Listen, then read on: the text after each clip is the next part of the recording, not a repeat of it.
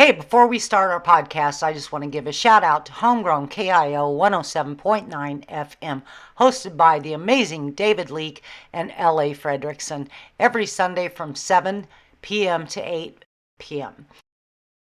WKIO, Arcola, Champaign, Urbana, 107.9 FM, and anywhere you drive in the U.S. Easily listen to WKIO through your car's Bluetooth. Hey, welcome to CU Bands and Fans podcast where musicians tell their story. Our guest this evening is Gloria Roubal. Many of you know Gloria. She's been in the music community for years, and we're going to get into her story. On to Gloria. How are you, Gloria? I'm great. How are you, Terry? We're good. Zach is here with me co-hosting. How are you, Zach? Both. Pretty good. Hello, everyone. All right. So, Gloria, let's talk about your past music before we get up to this current cool stuff that you have going on. Zach and I knew when we began to do what we're doing, we knew, of course, you and Paul Sabuka. Mm-hmm. And which was such an amazing dynamite duo, fun.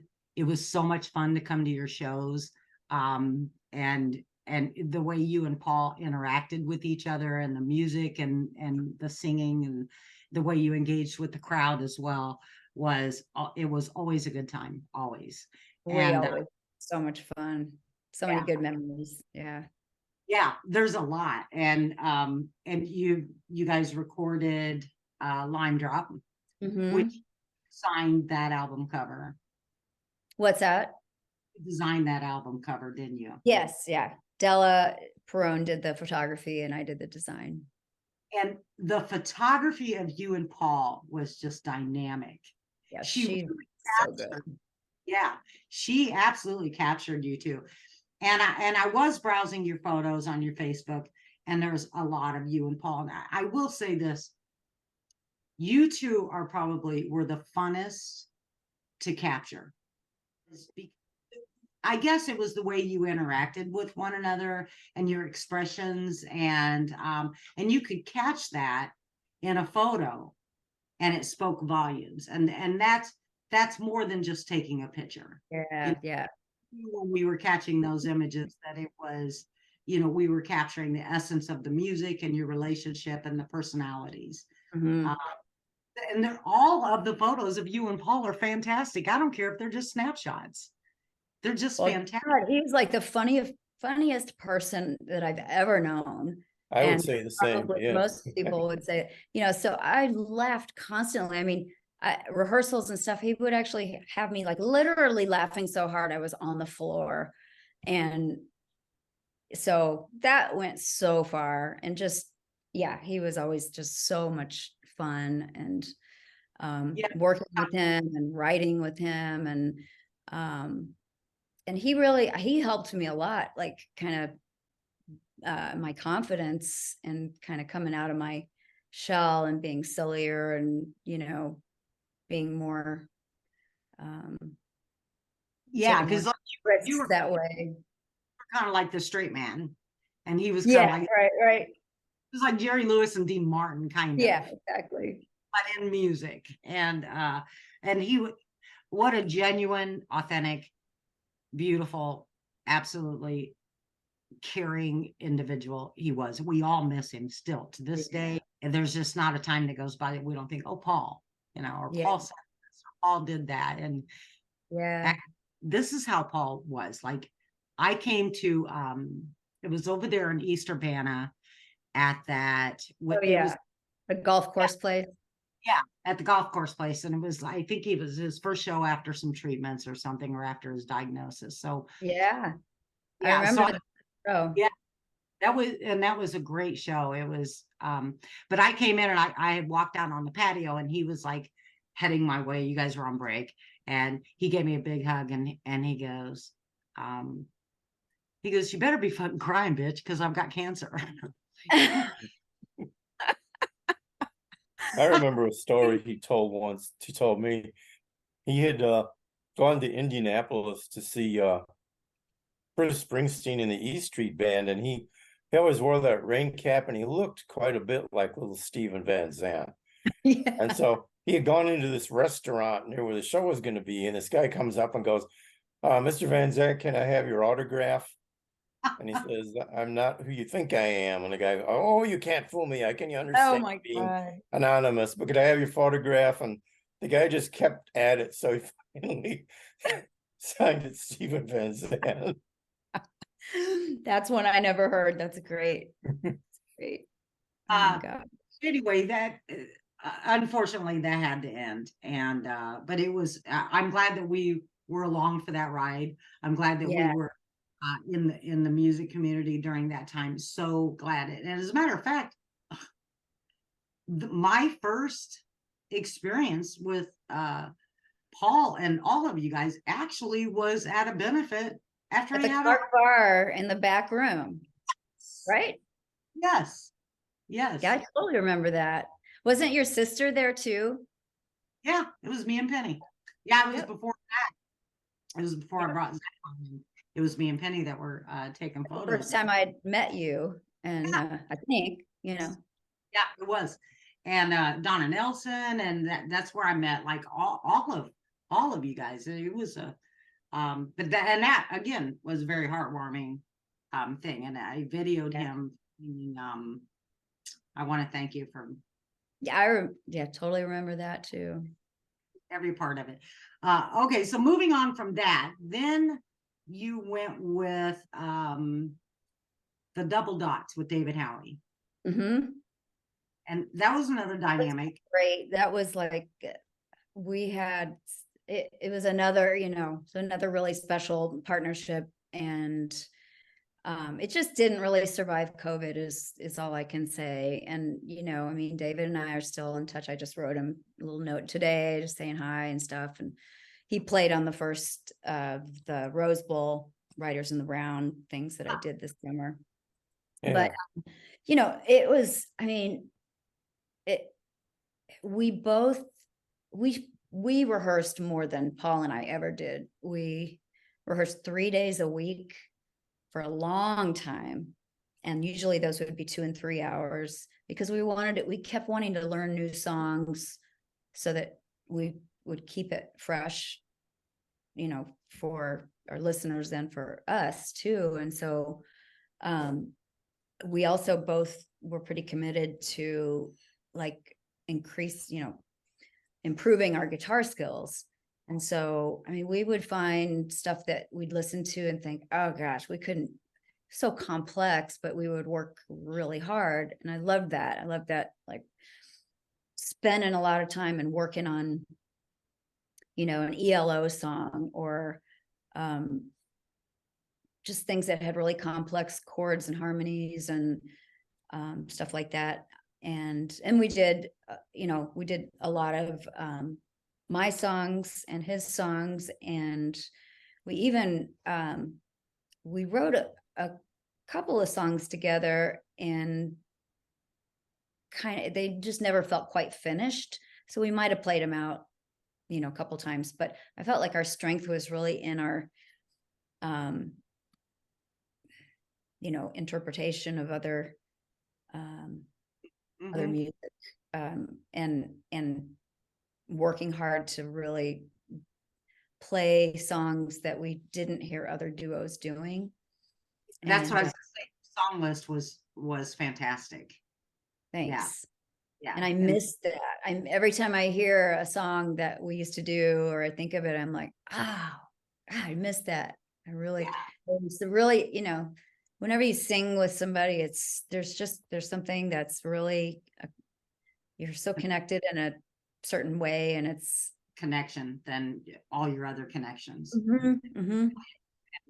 But you holding notes out together, or just, I don't know, it's one of my favorite things about, and I miss having a partner right now. I'm just doing solo stuff, but for the most part.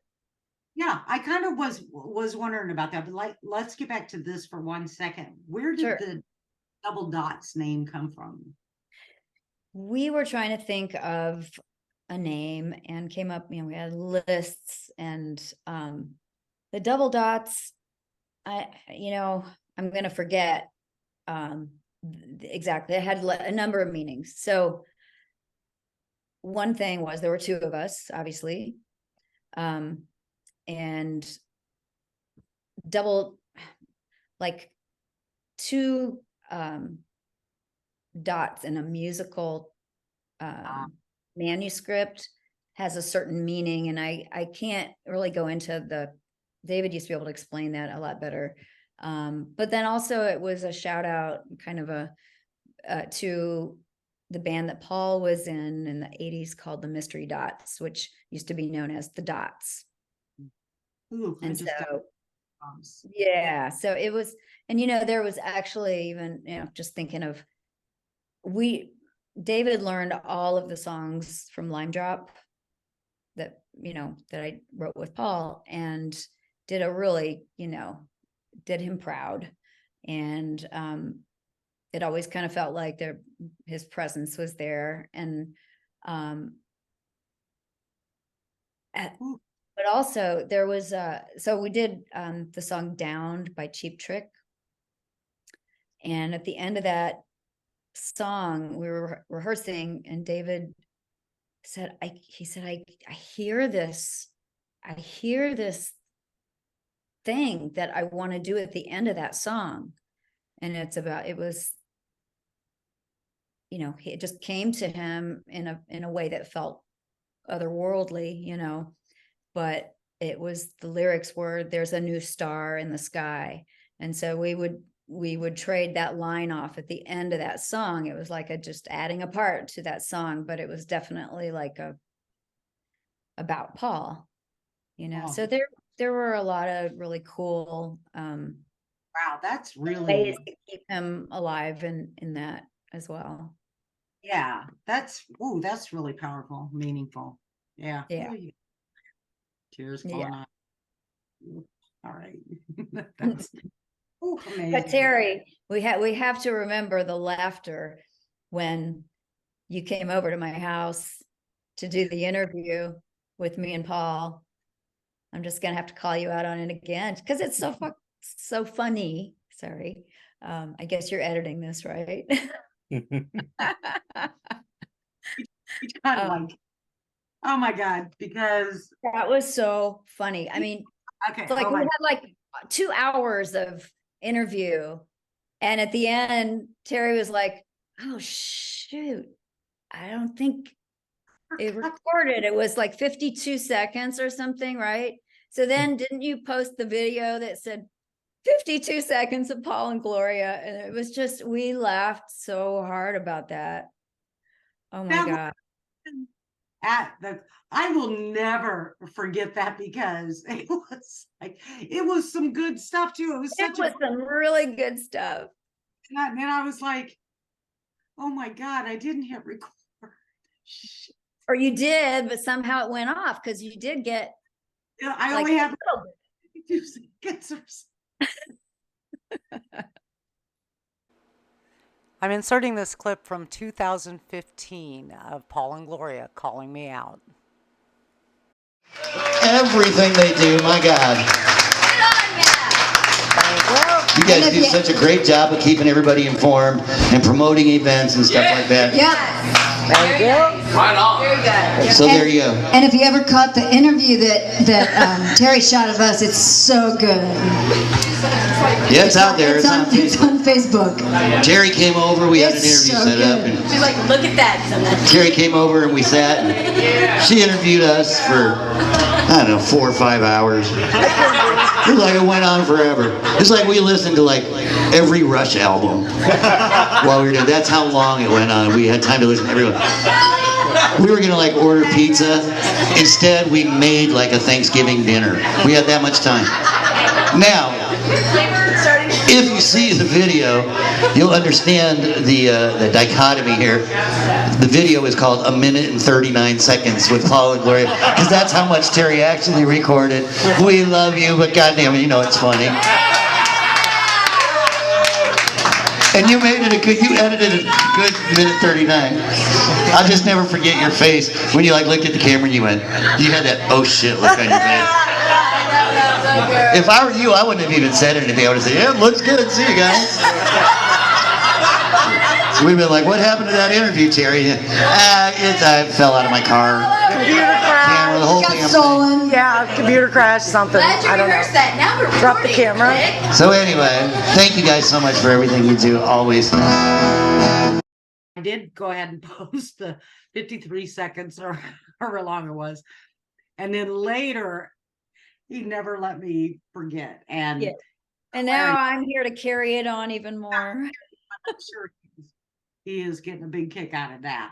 But I still have that video. I need to repost that because that was a scream.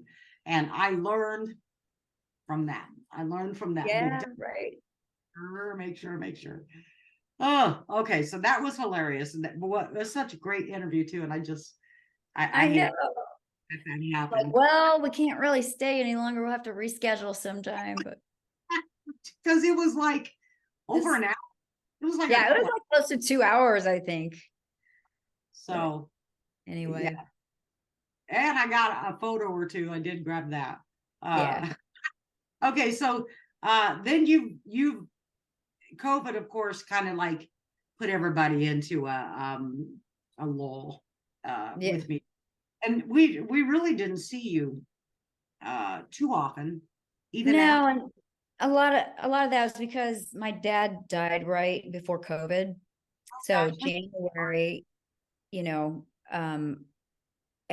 my mom, I started staying all night with her. And she has dementia. She's still here. So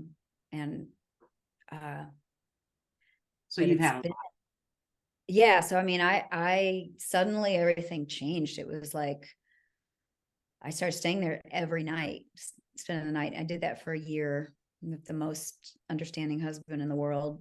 And I would come home, and eat dinner and work out and, see him for a while, but then I would always go back.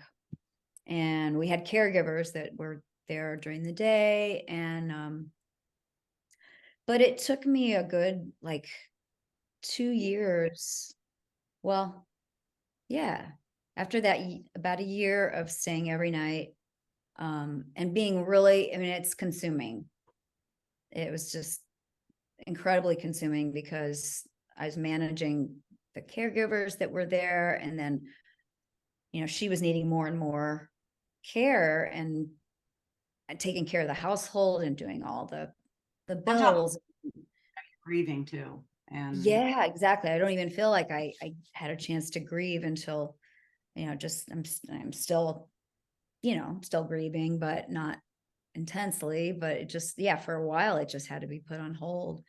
And then everything closed down. I was working from home and it just was so strange. And when, I've been doing a monthly gig in Decatur at a place called the New Moon Cafe, for about 5 years, and just little solo gigs, perfect little gig, nice, really nice people, easy drive, easy load in, early night, 2 hours, good pay, good tips. They feed me. So I just every first Friday I've been there. And so when they opened back up sometime when a lot of things were still, not open back up, I started doing that. But and then I played a couple of I think I played at the Ice House in the summer outside, because I had been doing that every month for a while before everything shut down, and did a couple Clark Bar things. Not probably one of the summers in there. And then this year was when I just really decided, okay. And also just, it took about 2 years for me to continue to get more, caregiver help for my mom so that I could start having nights at my house. And now I'm to the point where I'm not spending any more nights over there. And there's really not any point for me to, for a number of reasons, but I can just drop by anytime because I'm about 6 blocks away. but I feel like I've got my life kind of back, you know. Yeah, And you made this kind of comeback because, like, yeah, now here you are, and what you are doing is but that's a lot, Gloria. That it that was is, a lot. and then to kick COVID in there, Yeah. all of it. But you've made this comeback, and we're seeing you again, and we're seeing you in our feeds and at venues, and you're doing this. And we'll talk about Riders in the Round Mhm. at the Rose Bowl, Right. and you're hosting that, and you're also performing, and Mhm. that's we when we seen that come up, we were like, yes, this is, thank God that you're doing this and bringing that back around. It was Todd used to do that, like, year when we first came on in 2012. Todd was doing that Riders in the Rounds and singer songwriter. Oh yeah, Todd Durnall. Yeah. Yeah. Thank you. And he, so, I give him just a lot of credit for, like, doing that and promoting it Yeah. and having that going on.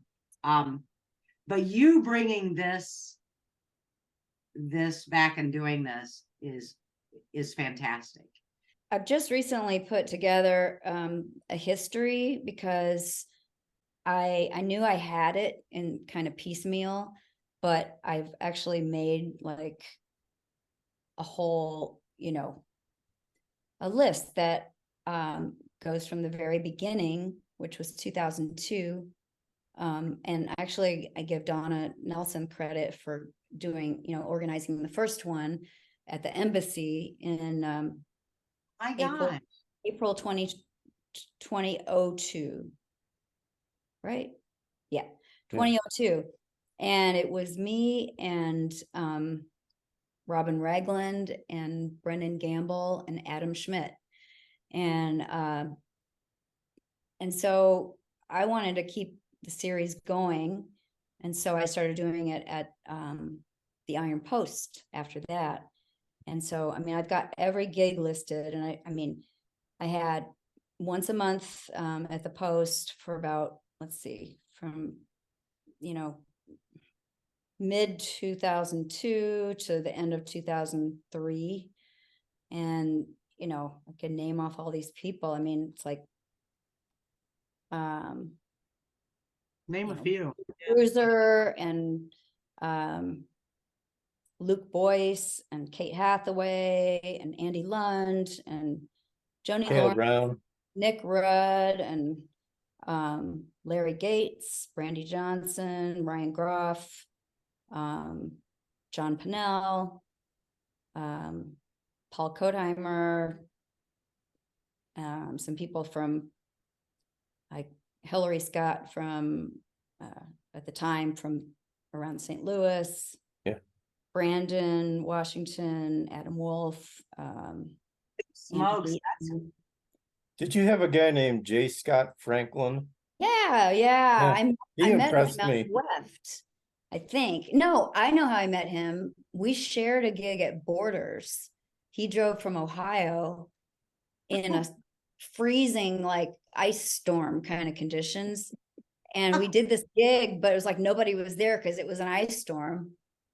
But then he, we had him spend the night at our house, and he went on when Mindy Manalakis was doing that show it's called From Bard to Verse. It's been a while, but they went on that, and then so then he came back and did a Riders in the Round, and so, but it was always super fun to just put these, like, what people would be a good mix, and I would play on every other show and then host when I wasn't one of the four people playing. I would play a couple songs at the beginning and then introduce everybody and then just hang out. But then it sort of, attendance kind of waned, and we had to try a different venue. So we started the Cowboy Monkey in 2004, and that went for about a year. but it wasn't the best place for that. And I don't know if it was the night of the week that we were doing it. We were just wasn't the right thing. So stopped doing it then. But then I picked it back up. Did a couple shows in 2006 that were just kind of one-offs. One was with Mike and Molly's. yeah, Mike and Molly's. Kayla, Brandon, Anthony, and me did one, and then we had an all-female one with me and Kate Hathaway and Megan Johns and a woman named Brianna from I can't remember, she was like an hour away, Charleston or something. And then after that, I did 2 summers in a row that were like, you know, the summer series at Mike and Molly's. And so the last one of those was with Paul and Brandon and me and Paige McQuigg. And so that was in September of 2013. So about 10 years ago. And I was talking with Carrie at the Rose Bowl, you know, about booking. And I played a couple of shows there. And she said she had this date in July. She said, I was thinking of making it like a songwriter's night. So then I just explained what I used to do. And she's like, oh, well, great. If you want to get some folks together. So yeah, it was with Paul Kodheimer and David Howie and Annika, Emily, and myself in July. And then, so I'm booking them kind of one at a time. And so far we don't have like a set day of the month every month. It's not like on the 3rd Tuesday or anything like that, but one was on a Sunday, and the next one is going to be on September 12th. And actually I counted it will be the 40th of these Writers in the Round shows over the last 20 years. And it's with Kayla Brown and Logan Allen and Kurt Bilema and myself. So September Just shared 12th. What's that? Just shared that one. Yeah, that on our page. Great.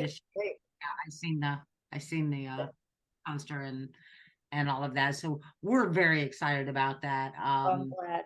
It's been. I'd really like to see that list of the past ones. I will send it to you. I was Okay. thinking about posting it, but I think I'll just, you know, I'll send it to you and then decide about how I want to present that later. Because it's kind of fun to look through all of that. Yeah, And I remember a lot of those. yeah, you were a lot of them for sure. And that's, You know, for me, like right now, because I'm doing solo gigs, it's like this has given me a chance to share the stage with people. And a lot of times people that I haven't before. But each time, both of these first 2 shows, there's been a lot of interaction, you know, people singing on each other's stuff and playing, and, you know, so the second show, go ahead. how do you feel about because the whole time that I've known you and went to see you and all that, you always had a duo. Mm-hmm. I'm trying to think if I've ever seen a solo show with you. Maybe not. Yeah. And it's like, how do you feel about doing like solo shows as opposed to being in duos? You know, aside from Paul, yeah, I mean, there's pros and cons for sure. It's I mean, the good thing is I get to just, I don't have to worry about anybody but myself, and I can decide what I want to play. And, you know, the money all goes to me at the end of the night. I mean, it's like the little perk of the whole thing, not why I'm doing it, but it's a lot better as a solo person, you know, it's like, but it's also it's kind of lonely, and it's, and if I mess up, you know, there's nobody else to blame it on. And I'm responsible for everything. I mean, I bring my PA and I set it up. And so if something goes wrong, you know, I'm the one who has to figure it out. And I mean, I really miss singing and playing with both Paul and David. And so and you know, it's just it takes a lot of time to get. A lot of people say, well, why don't you, you know, put another duo together? I'm like, well, I'd like to, but the amount of time and energy that it takes to get something off the ground that's like really good, and also just finding the right person to be able to have that musical partnership with is not always easy. And right now I'm, playing out maybe 4 times a month, and that's plenty for me right now. Yeah, and if you had a duo, do you think they'd want to play more often, or Probably, and if not, we probably wouldn't be very tight. I mean, you got to play a lot to get and tight with each other. your schedule now is your own, Yeah, right. as many gigs as you want, or not as many gigs as you don't want. And doesn't seem like you've got any problem getting gigs, Finally, I feel that way too. At the beginning of trying to like reestablish myself after being out of the picture, kind of, it was super scary because I felt like, oh my gosh, people aren't going to remember me. And the people who are booking are different people now. I don't know them. And it's a feeling of starting over, but it's worked out great. I mean, I've played at the Rose Bowl a few times, and played at Seven Saints, and played at the Alto Vineyards. You've been at Huber's. Have you been there recently? Huber's, yeah, and I'll be back there. I was just at Huber's like a week and a half ago.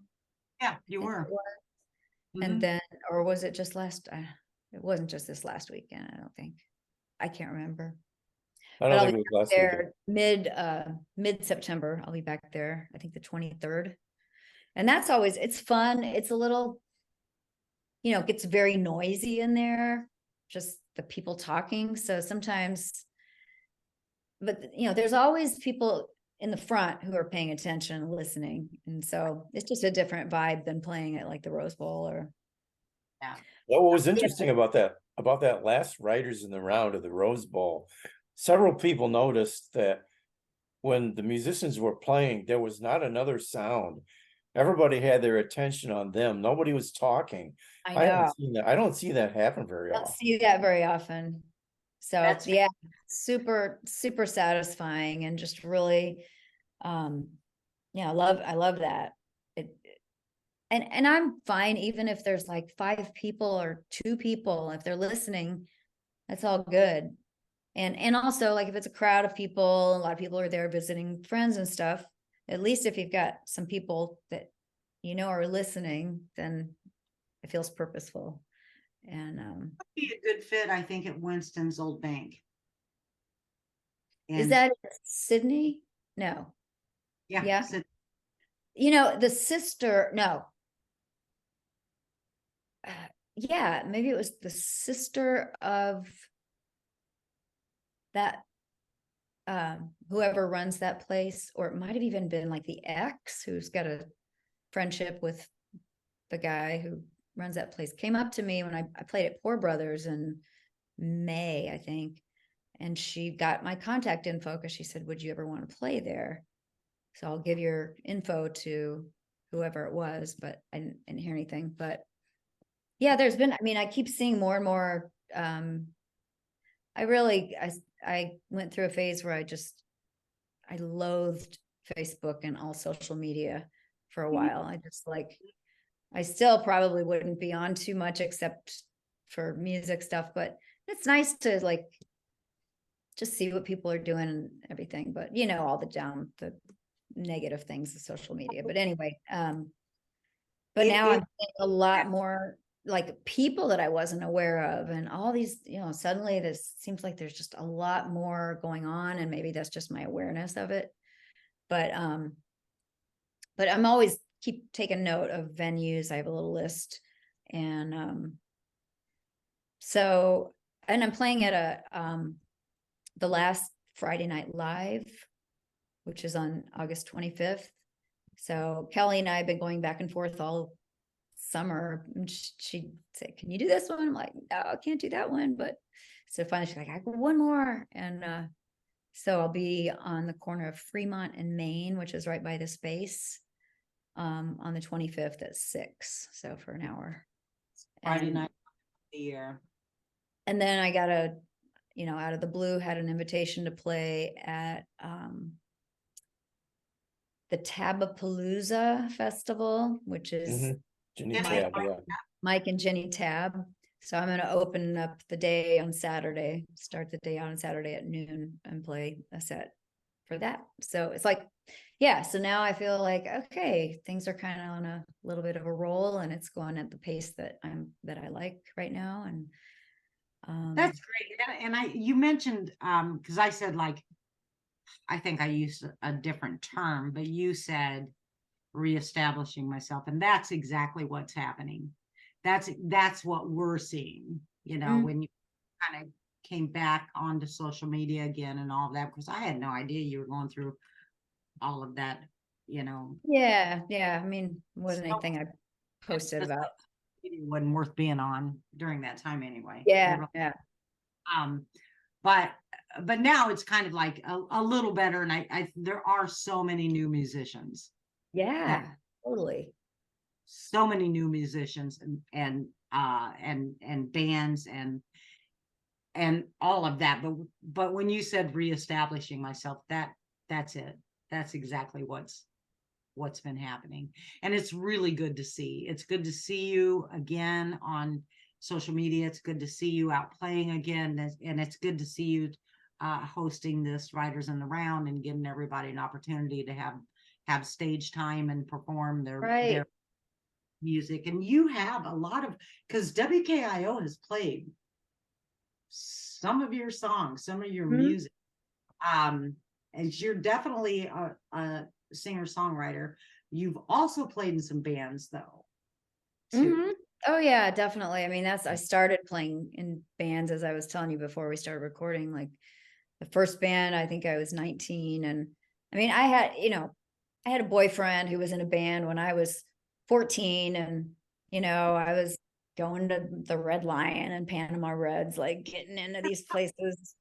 And but that totally sparked my interest in wanting to actually be part of it. And I grew up playing piano and guitar, and but I didn't think I mean, I like to sing, but I didn't know that if I would be good enough to do that. And I'm not a great singer. I'm okay, and I'm fine with that. I do the best I can, and some people like it, so that's all good. But at the time, it was like the band was called The Fever, and it's anybody's first band. It was like not very good. I've got recordings of it, and my friend Chris Bradley, who got me the gig in Decatur that I was mentioning that I play once a month, was in that band with me, and he refuses to listen to any of it. Like, he's like, do not give me any of that. I refuse to listen to it. And I just laugh when I listen to it. And then after that, the band Soul Circle, that was a funk band with my husband, Peter Roubal, and who at the time was not. At the time, I was my boyfriend, Tom, and then Ginger Reynolds, who was later in the Impalas, was in Soul Circle, Gavin Stolte, Jack Brighton, and at the time, I feel like I'm missing somebody, but there was those six of us, and it was kind of short-lived, but we did a lot of Mabel's shows, and it was super, super fun band. We had people switching instruments all the time. Peter would play bass and then switch to saxophone, and Gavin would play keyboards and then switch to bass, and I'd play keyboards on this. And we had 3 lead singers and 2 other people who sang harmonies. And so it was really fun. And then out of that came the band Upside Out, which was some of the same people, Peter and me and Jack and Gavin and Terry Hawkins for a while, and then also Todd Asper playing drums. And we were a cover band, so that was for a couple of years. And then I started writing music after that. It wasn't until I was like 30 or something, I started writing, and I started doing some open mic nights at the city of New Orleans when they were doing that there. And then I'm like, I had like, all of a sudden I had like 9 songs. And so Andy Lund had Rosewood Guitar Store at the time, and he had a little studio up there. And so we recorded, and I had a lot of guest artists. I had Josh Cork playing drums, and Ian on drums, and probably percussion, and Bruce Romany on Bruiser on guitar on some of it, and Jesse Brown, and Brian Wilkie actually did solos on and played throughout on the country song, the one country song that I put on there that I wrote, and Peter and Andy, and seems like I'm probably forgetting about somebody. That happens, but But- they know. Yeah, I don't anyway, so I apologize. I can't forget. Anyway, That's it was quite a group. really fun Heavy CD. hitter. What's that? Like the Brian. Yeah. Just And going. but then out of that was Geely and Jet Blonde. And so Ian and Andy and Peter and I were Geely and Jet Blonde. And so we played some shows here. We played in St. Louis. We played I want to say we played in Chicago, maybe Wow. even Indianapolis. And I started singing with Robin Ragland, who was out of St. Louis but lived here for a while. And Adam Schmidt was her, she was recording with Adam, and then he was playing in her live band, and she asked me to do harmonies and asked Peter to be a bass player for her live band. So we did a lot of shows around St. Louis and a couple of, some other places in here. And then that was kind of when Writers in the Round started, like around that time when I got to know Robin, because she was on the first one of those. And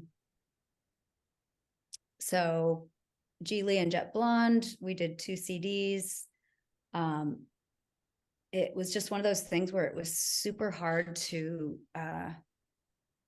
feel very good about not being able to pay the people in my band. I mean, it's just like my band and my songs, and I felt really responsible. And so we'd play, places and get just the cover, and it wouldn't be very much money. I think we had some good shows, but I just don't think we knew how to promote then. And, so And no. either. And so, I thought it was a really good band. Then Donna started doing live, in the live band. She did harmonies, and we had Chad Dunn on percussion, and we did 3 of the cover-ups in a row. Mhm. We did Garbage Yeah. one year, Steely Dan the next year, and the Police the next year. I remember those. Those were just like so fun. But that was, and Ian moved away at that point to Indianapolis. So Jeff Magby stepped in and did a really good job playing drums through that time. But that was the last band, I think. No, what am I talking about? Brat Pack. Yeah. Yeah. That was actually, though, in that same time period, because I played with the Brat Pack from 97 to 2000, and Geely and Jet Blonde were also playing. We were playing like 1999, 2000, 2001. So it kind of overlapped, and that's part of why I left the Brat Pack, is because I was getting a lot busier. Plus I was teaching full time. It was kind of crazy. I was young then, to do that kind of stuff and not get any sleep and be okay. Yeah, you can only do that for so long, and then it's like, so the Brat Pack, was this before Lynn then? Yeah, so we were playing a lot of shows, and I was like, oh my gosh, I can't keep up with that schedule. I'd get home at like 5 a.m. on a Saturday night, and then have to get up Monday at 6. And it just, it was too much. So we decided I needed to get a sub so that I didn't have to do all the shows. And so Lynn and Jesse had sort of just kind of gotten together. And but she was really interested. And so it was great. And I knew her, but I really got to know her. We got to be super good friends. And she, you know, she ended up like, it was like she filled in for some, and then she ended up doing about half of them. And then even more, it was like, it just kind of went like that. And at one point I was like, hey, do you think you'd want to do all the shows? She's like, yeah, I think I would. It just was organic. And I'm glad it worked out that way. I did a couple of fill-in shows for her, like within the couple of years after. Oh, that's cool. And then they've asked me to do some, but and even as recent as like a couple of years ago, Jesse called me one morning. It's like, Lynn is really sick. And this is when I was still with my mom, like 7 days a week. And I'm like, dude, I just can't, I can't even imagine like relearning. And he's like, you wouldn't even have to sing that many songs. I can't do it. And it's just, I couldn't take that much time away. I just felt too tied to family stuff. And Trained, you know, situation. it was fun. So fun. There's a picture on it. That is a super active band. Like, I know. There's no standing still. Like everybody's in motion all the time, and it's entertaining, you know, very entertaining. But there is a picture on your Facebook, and somebody posted it because I'm going to attach it to this. But it's you, Tom Grassman, Guido, and Jesse, and that was the Brat Pack that you were in, right? And so that was the original Brat Pack. Well, Donna was the Brat Pack. Donna was the singer before I was, and even before that, it was just the 4 guys. And then they decided they needed a female singer. So then Donna did that for a while, and I don't know, things weren't working out. And I checked with her. I'm like, you know, would it be cool? Because they asked me, you know, if I would do some fill-ins, and I'm like, I just wanted to let you know. I mean, they asked me if I would do that. Are you cool with that? And she was like, totally cool. And I was just going to do a couple gigs, but do the first couple. I'm like, oh man, this is fun. And, you know, it was great money. And it was like, it was, you were up there being someone else. So it was silly. It was truly really fun time. Yeah. And people that came to a Brat Pack show, just energetic and fun, having a blast. And, you know, they're dancing, but they're still watching the stage. Right. They're watching everything that's happening on the stage and they get involved, and it's just, it's a really great concept. For a band. Still going strong. Still going strong. So, then let me see. So now, and you mentioned Donna, and like she's holy smokes. You mentioned so many people, and I'm just going, my God, the talent is just yeah. And it was really cool to come across Logan, who I'd heard of, but I've not met. But I mean, he's still in high school, you know, that's so cool. And I've never had somebody that young come and play on one of these shows, you know. So I like the variety. I like to have a variety. I always like to have, if possible, 2 male and 2 female voices, just because of that differences in the vocal timbre. Is just nice to have that variety. And the variety of, I think, songs that they write. You know, the kind of different, there's such a mixture. There is, when we began Original Artist Night, one of the reasons that we began that was because I was meeting and talking to cover band, you know, members of cover bands. We would have conversations during break, and that's where I found out, like, holy smokes, these guys, they do this but they do this, and this is a whole different ballgame. Mhm. And I was really, really intrigued with it. Brandon Summers is one that I had a conversation with. And then so I searched him out because he told me where I could find this music. And I searched him out. I was like, this is crazy. This Yeah. is crazy. And so the deeper I went, and then I ran into somebody at the Rose Bowl, met him. We would talk till 3, 4 o'clock in the morning about original music and Mhm. artists and all of that. So I was like, this is so deep in this community. It needs to be, Yeah, definitely. and so it's so exciting that you're doing this again, and we look forward to coming to Thanks. some of them shows. Either on nights that I'm not doing an event shoot or something like that. But let's what has been, first of all, what is your favorite song that you've written? Oh, today, um, I'm right now I'm doing I'm in the middle of a recording project at High Cross Sound with Anthony Gravino, and Ian's playing drums and Anthony's playing bass and electric guitar as well as engineering.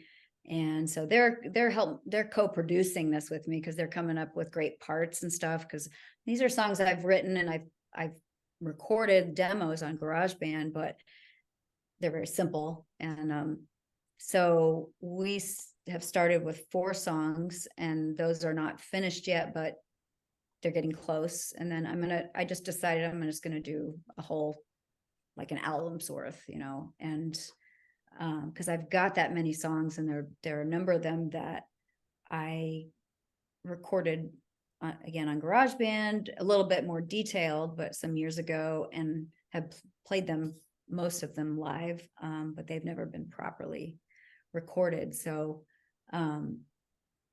right now those songs are in my head. When and is so it right now, be completed and launched? sometime next year. I don't know, because I can't go in like for big blocks of days in a row. It's more like I went in for 2 days, and then another, like 2 weeks later I went in for a day, and then I went in last Friday, and then I'm going in tomorrow. And then there's the mixing and the mastering once everything is there. And I'm doing some of the like harmonies at home, actually recording those at home. And then they convert to the tool Anthony uses. And so it works for harmonies. It's fine. Do you like I'm glad that you're recording, because then I love when original artists are able to get their stuff recorded, because that was the one thing about going to see singer-songwriters and original artists, is they would sing something that you really loved, and then you couldn't hear it Mhm. again unless you went and see them, singing it again live. But so I love when you're able to get things recorded. How do you feel about the recording process? Is it It's exciting, and I keep my eye on the goal, and I know it's going to sound great like when we're done, but it's also stressful for me because I want things to be perfect. And so we spent a whole morning or good part of the day last time just redoing the vocals on one song. And for some reason, when I get in the studio, I feel like all of a sudden I can't sing the way that I think I can sing normally, and playing when I'm used to just playing my guitar by myself. I don't have to play long to stay tight with drums and bass, and now I'm struggling to do that, so there's some feelings of inadequacy that come up for sure, but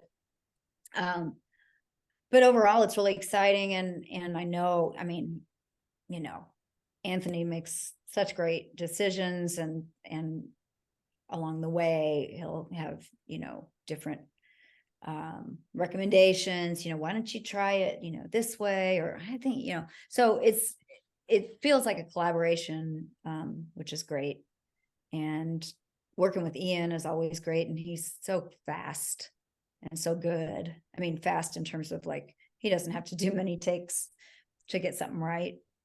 Yeah. And, Yeah. so this is the first time that I've gone and actually recorded in a studio since Geely and Jet Blonde. And most of that we actually did here in our house, with some of it with Jonathan Pines, at the time, but most of the recording we did, and Andy, Andy would record guitar, and then we just put the tracks together. We were using ADAT machines, which nobody uses those anymore. So it's been a while.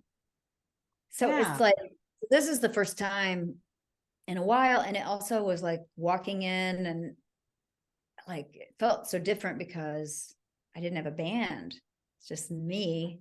So it felt very different. But it's like a project I've wanted to do for a while. And I finally am just like, you know what? We hardly travel. We don't really eat out much.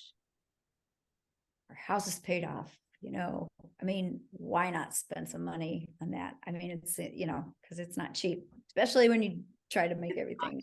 Yeah, perfect. that's the thing. It's not cheap, but I know High Cross studio is excellent. Yeah. And I think the atmosphere there, I've only seen pictures and video, but So I visited, but I think the atmosphere there is very comfortable and warming for you guys. I couldn't imagine hearing my own. I don't even like to hear my own voice on podcasts. I really don't. But I couldn't imagine being a singer and then hearing my own song played back to me. That's exciting, but nerve-wracking at the same. It would have to be. It like, is. Can be. I'm sure that you focus in on like things Oh, that you. the teeniest things that nobody would probably ever know, but yeah. Yeah. So sometimes like Anthony will be my voice of reason. He's like, I honestly can't hear the difference between those two things. And he can hear stuff, I mean, he's like, get a keen ear. And so I'm like, all right, okay, let's just, Well, we're so excited for you that you're doing this. Thanks. I can't wait till it comes out. And do you know if you're going to have like a? I'd like to have a little CD release party. I mean, I say CD, it's like, I'm still gonna have physical CDs, I mean, you can actually get them made a lot cheaper now because nobody wants them. So it's not that that's far the least expensive. I still buy them. I do too. And it's just a nice way to be able to give somebody that. I mean, I know somebody, younger generation and generations, plural, and even a lot of people, have kind of kept with the times who are around my age, and they're like, oh no, I don't have any CDs. I stream everything. I only listen to stuff on YouTube or whatever. It's like, well, that's cool. And I'll have it available. I'll probably do a Bandcamp thing. Yeah. Set up an account, but I haven't done anything with it yet. For kids, good. That because it sends it like to all these different platforms. And I'm still vinyl thing. I love vinyl. I in my car I've got a cassette deck, which is making because kids are making a comeback. So come on. But I do love CDs. I've got this thing over here is full of all local music. That little, you can't see it really clear right here, but that little filled with all local music. I have a whole section local. It's pretty big, actually. Isn't it crazy? And I love that. So I love that very much. But do you have a name for it, or are you not giving that until? Oh, I don't know yet. I actually don't know it. I don't know what it will be. I'm not keeping it a secret because I don't know it yet. So in all of your, this will be our last question here. In all of your music career and history and being involved in music and with other musicians and all the places you played and all the moments that you've had, is there anything that sticks out like this is the absolute best moment ever, and I'm just going to stand here and absorb it? Well, there's probably been many of those moments, and I'm not like, they're not within my grasp necessarily at them right now. But I do know that there have been in more recent days, like there have been moments with David and moments with Paul where it just, I think that I really like the energy and the sound of full band, and I wanted the production on the CD to be that kind of production and full drums and everything. But when it comes to like playing, having just one other person that you're so in tune with, and especially if you've, once you've gotten to a point where you've played a lot and you're really tight, and then there's something that you both just love singing and playing. There were moments like that and just look at each other, and be like, yeah. So I can't really think of a specific example of that, because there's probably been so many, but I think that says a lot right there. That says a lot. It's that makes you go, this is it. I can't believe that I get this. And you kind of answered my absolute final question, which was, do you prefer to play in a band as opposed to, do you see yourself ever playing in a band again, do you think? Maybe just like if like Ian and Anthony and maybe Mitchell will play for like a CD release party. Who knows? Maybe we do a few shows, but honestly, the ear fatigue and stage volume and not being able to hear yourself. I mean, the Brat Pack and a lot of people, of course, now just use in-ear monitors, makes it a lot easier, but it's so much better for me and easier to maintain something where it's not that volume, even though sometimes stage volume isn't that, that loud, but I've been used to playing these quieter gigs for the last decade, easy. And it's kind of a more intimate feel, I think, when you're solo or your duo. And it also gives you the availability to play in places that you wouldn't typically be able to play because you're not right. a full. Right. That's becoming extremely popular, as well as the hours. Yeah. Playing, 2 hours early as opposed to 4 hours late. I know. You can't do those anymore. It's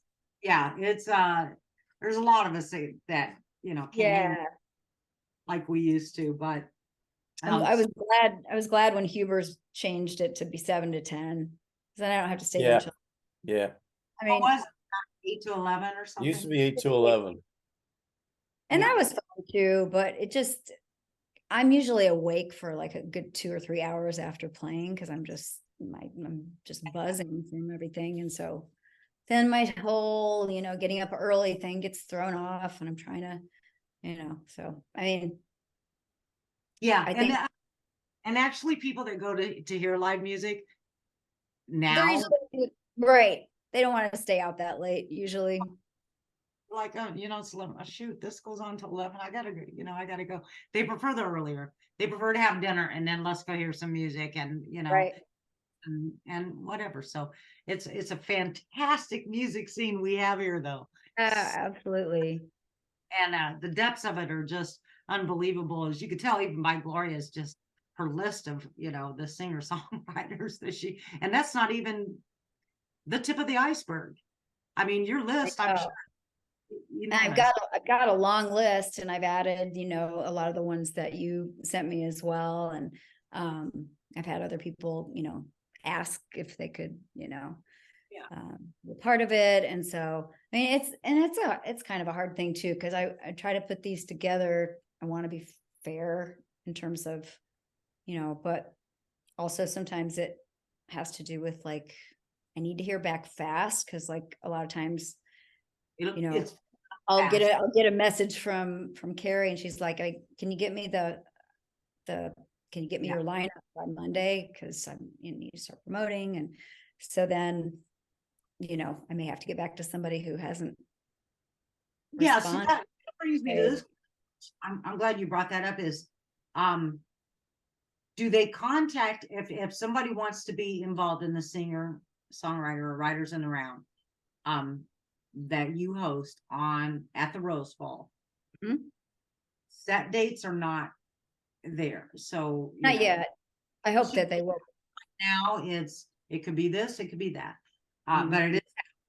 So should they contact you directly or email? Yeah. Or okay, Yeah, 'cause I'm I mean, and at this point, I mean, Facebook Messenger is totally fine because that's an easy place to find me. I suppose if there's, if there's anybody who's not on Facebook who wants to, then I guess I'm not going to give my phone number out right now. And fine, Facebook Messenger, that's fine. I think Now, that's let me ask you this, because just like, I don't know, artists sometimes are like, oh, I want to do that.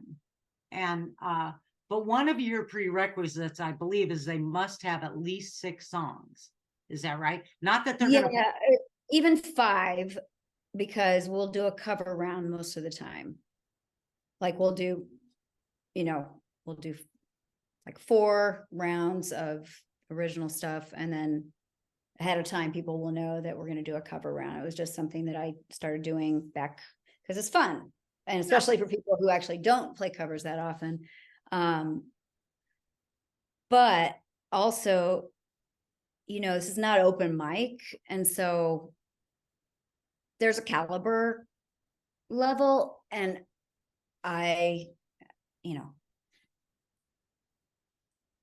if somebody Gloria, like, just, I don't know, it's not just gonna, and I don't know, I don't know how to just say sorry, but no. So far I haven't really had to do that, but I could see that could be, and I don't make any promises. If people say, I'd like to be involved, I'll say I'll put you on the list of people who are interested and take it from there. But so you have to have at least 5 songs written and for you to be able to perform well your own songs. And then there is a certain caliber, so it's not like somebody that just comes out and throws out a song there and really doesn't even have 5 songs. It's professional. It's not, it's yes, yeah.